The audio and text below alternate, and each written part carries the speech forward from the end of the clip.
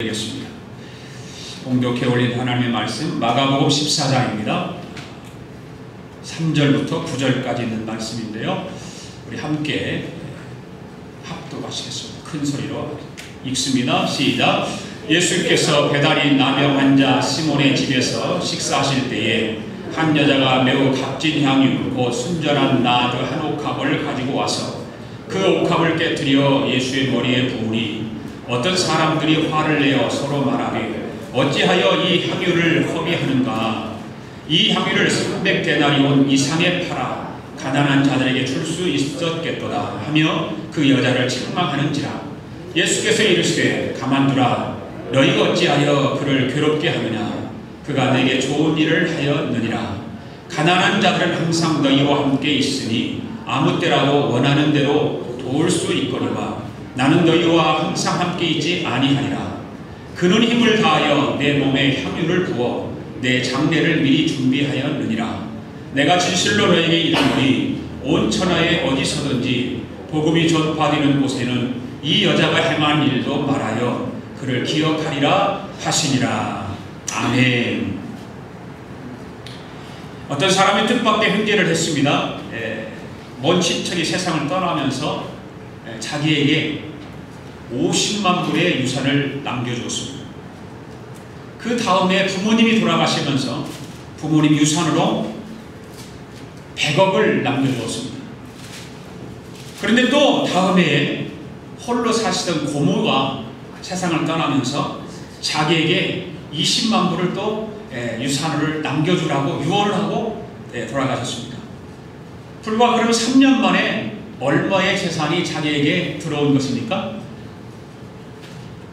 170만 불이라고 하는 돈이 자기에게 들어왔습니다.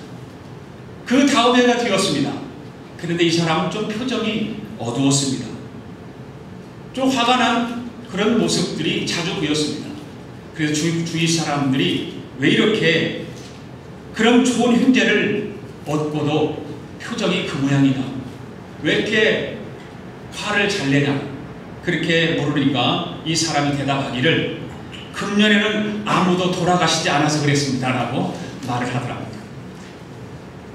그렇습니다. 받은 은혜나 선물을 당연하게 생각하면 감사할 수가 없습니다. 늘 받을 생각만 하면 감사할 수 없습니다. 감사는 받은 것을 고맙게 생각하는 데서부터 시작되는 것입니다. 몇 년 전에 미국의 심슨 뉴스 TV 프로그램인 인사이드 에디슨이라고 하는 그 명진행자 데보라 노빌이 쓴 감사의 힘이라는 책에서 이런 글이 쓰여져 있습니다. 이 모든 그 감사의 힘이라고 하는 책을 쓰게 된 동기가 있는데 바로 실험 참가자들에게 매일 구체적으로 감사를 표현하도록 했다고 합니다. 예를 들어서 매일 감사의 편지를 쓴다든지 하루에 3가지 이상 감사를 노트에 기록해 본다든지 웃으면서 감사 인사를 한다든지 그렇게 사람들에게 시켰습니다. 그리고 나서 실험 참가자에게서 일어난 변화를 보게 되고 그 변화를 정리한 것이 있는데 한마디로 성공도 행복도 이제 다 내 것이 되었으라고 말하게 되었다는 것입니다. 그리고 구체적으로 변화된 내용을 열거해 놓았는데 어떤 것이었느냐 하면 바로 이런 것들이었습니다. 낙천적인 성격으로 변했으며 열정적으로 활동하게 되었다. 스트레스를 이기는 힘이 강해졌다. 예전보다 운동을 열심히 하게 되었다. 숙면을 취하게 되었다. 눈에 띄게 건강해졌다. 다양한 것에 흥미가 생겼고 열린 시각으로 상황을 바라보게 되었다.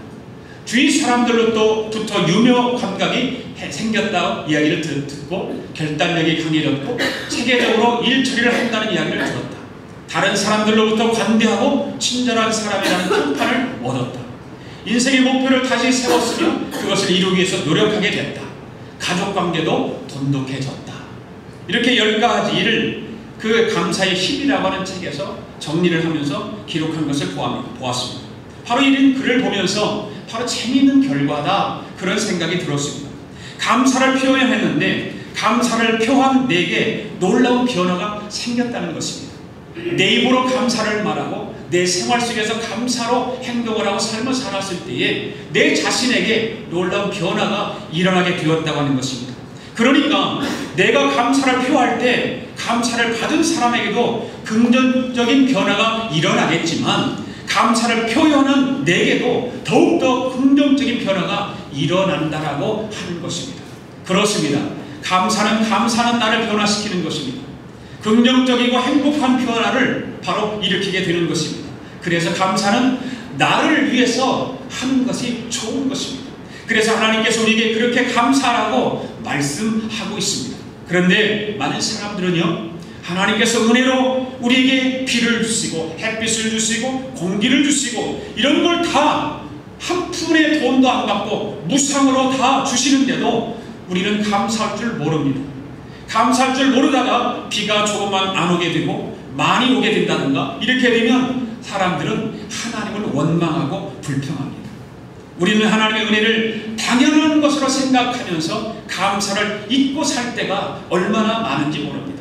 그 좋은 아름다운 자연 속에서 우리가 살게 되고 이 정말로 상쾌한 공기를 마셔야만이 우리가 살 수 있음에도 불구하고 그것에는 전혀 감사하지 못하고 원망과 불평과 짜증스러운 말로 우리 일상을 보내고 있다고 하는 것입니다.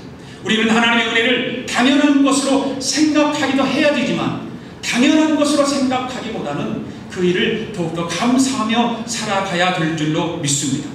하나님께서 인간에게 주신 큰 축복 중 하나는 감사하는 생활입니다.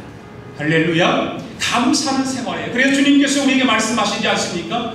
범사에 감사하라. 이는 그리스도 예수 안에서 너희를 향하신 하나님의 뜻이니라. 한번 같이 읽어보겠습니다. 시작. 범사에 감사하라. 이는 그리스도 예수 안에서 너희를 향하신 하나님의 뜻이니라.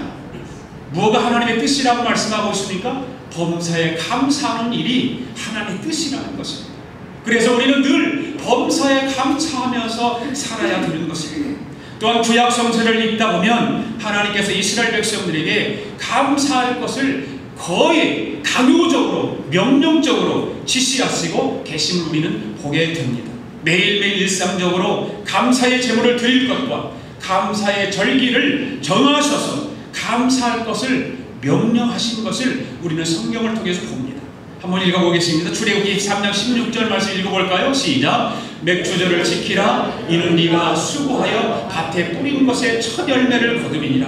수장절을 지키라. 이는 네가 수고하여 이룬 것을 연말에 밭에서부터 거두어 저장함이니라. 또한 출애굽기 34장 22절도 있습니다. 시작. 77절 곧 맥주절, 맥주의 초실절을 지키고 가을에는 수장절, 추수절을 지키라. 이렇게 말씀하고 있습니다. 이런 명령에서 우리가 하나님께 감사드리는 것은 하나님께서 크게 기뻐하실 뿐만 아니라 감사하는 것이 우리에게 복이 되는 것이기 때문에 하나님께서는 그 감사의 제사법과 함께 감사의 절기를 우리에게 제정해 놓고 우리에게 감사의 생활을 요구하신다고 하는 것입니다. 바로 하나님께서는 철저히 이런 것들을 정해 놓으시고 우리에게 요구하고 계시는 거예요. 감사해야 너희가 복을 받을 것이고 감사해야 너희가 평안할 것이고 감사해야 너희가 이 세상에서 정말로 그리스도인으로서 온전하게 기쁘게 살아갈 수 있다라고 말씀하고 있는 것입니다. 오늘 우리는 추수감사주일을 한 주 앞두고 우리를 하나님의 자녀로 구속하시고 우리 영혼을 늘 만족하게 하시는 하나님께 감사하는 마음으로 예배를 드리고 있습니다. 또한 우리를 축복하시되 필요 적절하게 우리에게 주시기까지 원하시는 하나님의 그 은혜에 감사드림으로 하나님을 기쁘시게 드리는 모습을 가져야 할 것입니다. 뿐만 아니라 감사의 기쁨과 함께 우리로 하여금 감사하도록 해서 우리로 복되게 하시는 하나님의 은혜를, 하나님의 뜻을 깨닫는 우리 모두가 되어야 될 줄로 믿습니다. 오늘 성경 본문을 보면 나병이었다가 예수님으로부터 치유받을 받은 베다니 사람 시몬의 집에 예수님이 머무시게 되었습니다. 그곳에서 머무시면서 그곳에서 식사를 하시게 되었습니다. 이때 한 여인이 300데나리온이나 되는 순전한 나드 향유 같은 옥합을 가져와서 그 옥합을 깨뜨려서 향유를 예수님 머리에 부었다라고 기록하고 있습니다. 여기에 나오는 나디 향유는 인도에서 나는 자타만시라고 하는 그 식물에서 짜내는 향기 짙은 값지고 순수한 그런 향유라고 합니다. 이 향유를 병에 담아서 본인이 두는 습성이 그들에게는 있었습니다. 그러다가